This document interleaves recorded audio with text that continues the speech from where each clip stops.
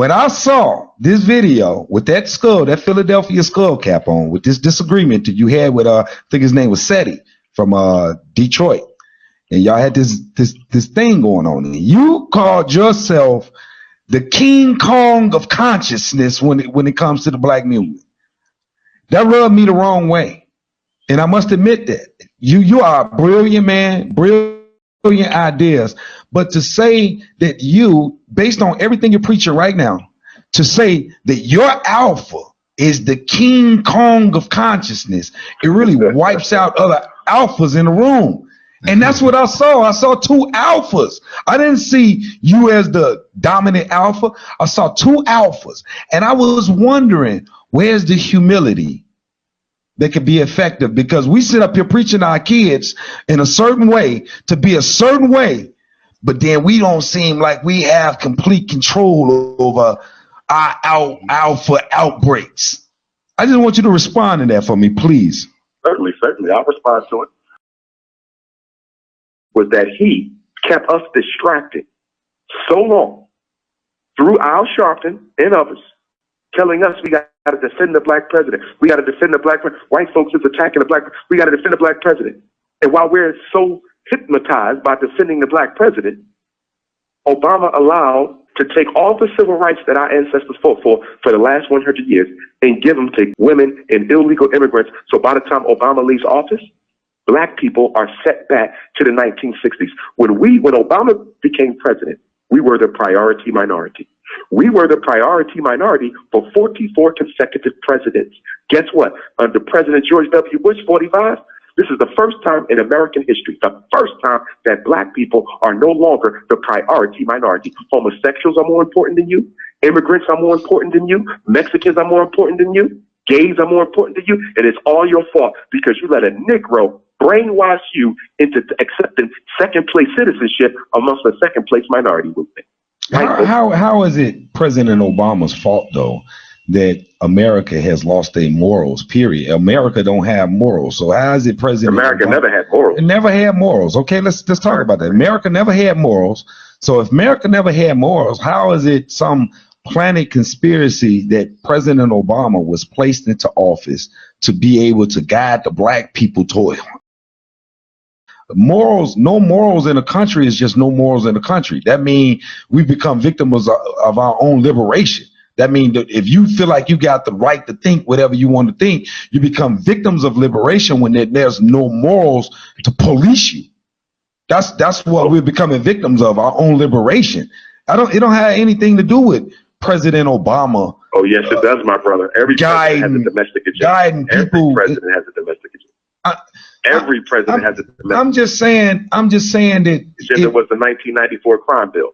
Every president has a domestic agenda. Every president. It's not about individual decision. You got to get out of the individual decision. It's about systematic agenda. Systematic agenda. Abortion is killing more black children than black on black crime. Homosexuality helps to speed that up. There's a document that you need to read. There's a document that you need to read if you doubt that this was organized by the government. In 1974, please read this, and you can download it offline. 1974, Secretary of State Henry Kissinger, his National Security Memorandum 200. Please read it. The whole memorandum was about what, gentlemen?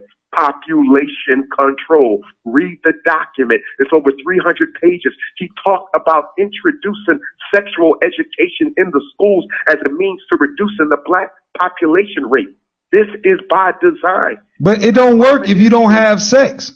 It don't work. The whole design don't work if you don't engage in premarital sex. Having a conspiracy theory about killing people. There's no conspiracy theory. No, I'm saying it don't work. All mine is documented.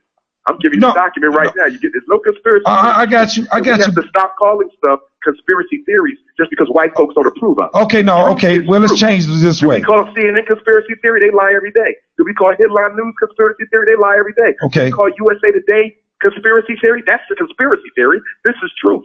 When it comes out of the mouth of white folk, it's truth. When it comes from black folks, conspiracy theory. Okay. I apologize about that. Let's back that up. I apologize. I don't want to call it conspiracy theory. Let's back that up.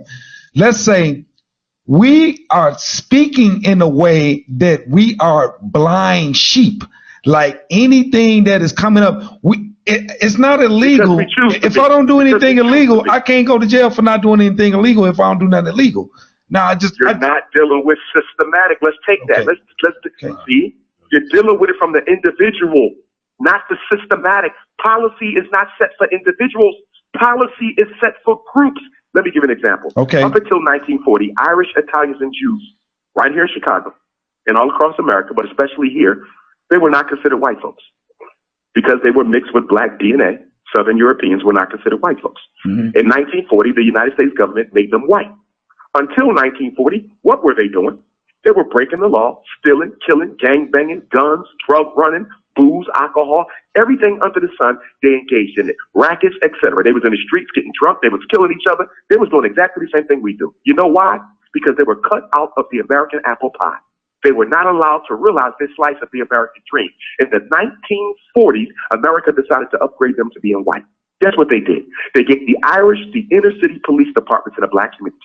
They gave the Italians the inner city fire departments in the black community. And they gave the European Jews the downtown municipal government civil service jobs that they still dominate in 85% of black community governments today.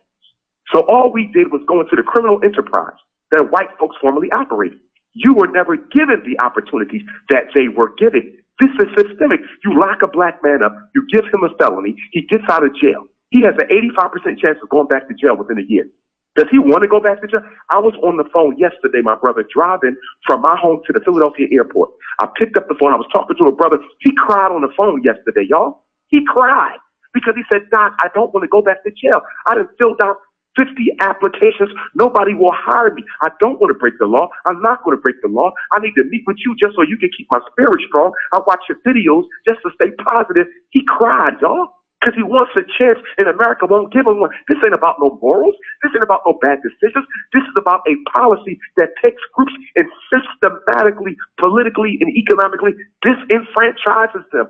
Cannot help us if you try to trace all the problems in the black community to a moral issue. This is about political economic power. Put the morals to the side. So we trying to make it sound like we have no individual control over our behavior. You have because of the system. On the individual level, my brother. Okay. Let's go here. European Jews ain't doing individualism. They doing proof. Here's the question.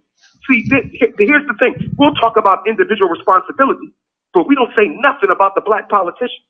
We don't say nothing about the black church that take millions of dollars every year. Why ain't the black church making jobs for black men so they have to go back to jail? Take me, for example. I've never been to jail. I have 6 degrees. I've never been to jail. I'm a doctor of clinical psychology. I graduated from a very prestigious school. Okay. But guess what? Let me go out here today. A white man tries to hurt me. I take self-defense.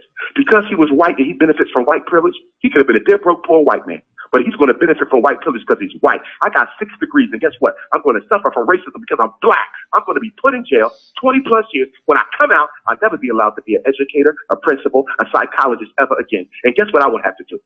Something I never even thought of doing. I would have to contemplate breaking the law because I got 2 daughters who got to eat. This ain't about no damn morals. It's about giving certain people opportunity and systematically denying that same opportunity in others. The greatest trick racism ever pulled was convince black people that it don't exist. Okay, what's your take on Trump and his inauguration? His take on immigration plan. First of all, that immigrant argument. Yeah. A black person is a damn fool if they running out there supporting those immigrants. Do you realize immigrants have never been your friend? They've never been your friend. When slavery ended, America imported 2 million Irish East Indians to America to work on the railroads. Why are you bringing in Irish and East Indians to work on American railroads and Chinese where you got 2 million ex-slaves who can't find work? You know why they did it? Because they decided that the only way to get rid of black folks is to make sure we keep them unemployed. We can't empower and exterminate at the same time. They brought people in and gave them jobs to prevent you from getting a job. Immigrants don't come to America to help blacks or work with blacks. They come here to help further disenfranchise you and take your place. The Mexicans are your replacement groups. The Mexicans are your replacement groups. That's why they build in prisons, because they can give all the low-paying jobs to the Mexicans. And you got black folks out here talking about, we got to stand with the immigrants. Them Arabs ain't coming here to help you. They up in Michigan now, Detroit now, exploiting black folks, shooting black folks, selling the dope and the guns all throughout the state of Michigan. Ain't no Latinos here for you. Ain't no East Indians here for you. They racist. I just had to report an East Indian to a hotel chain in Richmond last week because I called the hotel. I spoke in Richmond last week, and I called and I said, "Do you have any hotel rooms?" And they said, "Yes, we got a couple, $139 a night, no problem." I get to the hotel. The East Indian sees me. Guess what he says? "We sold out." I said, "I just spoke to your receptionist who's standing right there 2 minutes ago. She said y'all had several rooms. How y'all sold out?" That damn racist East Indian didn't want me in his hotel, so I reported his ass. Make sure we report those incidents of racism. And I told the hotel chain, if that shit ever happen again, you better know who you talking to. Look my name up. I promise you, you won't get another black dollar. Jumped on their asses. I said, I better never do that again. They don't like us. So why are we fighting for immigrants who don't fight for black folks? Do you realize that most Africans in Africa will never get a chance to visit America? I got friends in Africa who were trying to get a visa to come see me for a couple of days and won't even get it because America has a 0% policy on let black folks come to America. You only come if you got a student visa, a work visa, or a house Negro visa. Same thing from the Caribbean. You can't even get in America from the Caribbean. It's almost difficult to get here from different islands. We've been had an immigrant problem. Africans been had an immigrant problem. Ain't nobody fight for us.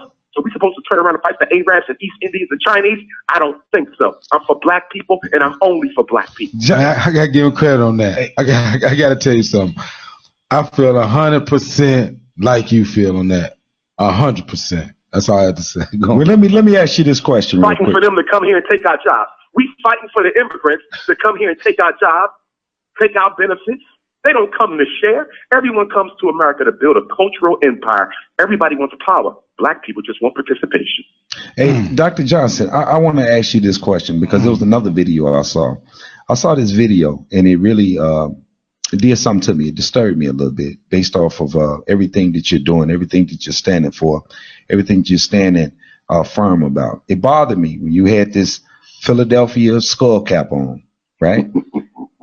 That's funny. You will bring that up. Hey, I gotta bring it up. We keep it real on Jump Jacket. We keep it real on Jump Jacket. Because this is what I do. You gotta understand this part of me. This part of me, I have a basketball and beyond program on Tuesday nights that I talk to young black men on every Tuesday. Okay? And when I saw this video with that skull, that Philadelphia skull cap on, with this disagreement that you had with I think his name was Psy.D from Detroit. And y'all had this thing going on. And you called yourself the King Kong of consciousness when it comes to the black movement. That rubbed me the wrong way. And I must admit that. You are a brilliant man, brilliant ideas. But to say that you, based on everything you're preaching right now, to say that your alpha is the King Kong of consciousness, it really wipes out other alphas in the room. And that's what I saw. I saw two alphas. I didn't see you as the dominant alpha. I saw two alphas. And I was wondering, where's the humility that could be effective? Because we sit up here preaching to our kids in a certain way to be a certain way, but then we don't seem like we have complete control over our alpha outbreaks. I just want you to respond to that for me, please. Certainly. I'll respond to it. Great question. I've been serving black folks my entire life. I've kept more black kids out of special ed than any educator you can name. I've helped more black parents for free than any educator or psychologist you can name. My point is, all of us are human. And if I take and have a moment, I'm going to have a moment. It might not be my last moment. I might have another moment. And guess what? That's all right by me because I'm human and I give myself the right to make those mistakes. My good far outweighs my bad. And when it comes to being King Kong consciousness, well, I got a claim to that too. Because when you look at people who come into consciousness today in this country, the world, rather, because I'm Pan-African, the world, there's few names going to come before mine, and that ain't ego, that's just truth. That's just truth. A lot of people came through consciousness through DrUmarJohnson. And when you deal with relevancy and practical solution and application, and who's really out here battling with our mothers and battling with our kids, who got the National Independent Black Parent Association? Who got the Team Pan-African? Who got the Repatriation Task Force? Who out here with the college tours? Who's doing the work? Not talking, doing the work. So I will call myself King Kong Consciousness and the Prince of Panafrikanism and anything else I want to call myself because I got a track record to back it up. If you feel it's ego, fine. And I'm being perfect, but I'm not trying to be perfect. I'm trying to do the best job I can for my people. So if people want to find little Achilles heels and squeeze them. But while they focusing on my deficit, I'm going to be focusing on my blessings. Hey, tell us where your event is tomorrow. Tell us where your event is tomorrow one more time. Give us the address to your event again, man. Y'all brothers too much. I love y'all. Hey, well, before you get to the point, boy, I want to congratulate you, man, on what you're doing. I want you to keep it going out here, brother. And everything you're doing, man, even the rants, all that is appreciated, because anybody that attack where you coming from, you're going to defend yourself. And then sometimes you got to get it to the point and get 100. That's what you did. I had no problem with it, and I appreciate it, because we go hard. You going hard the positive way, and if you cost me, I'm going to go hard the other way. And I appreciate that. Exactly.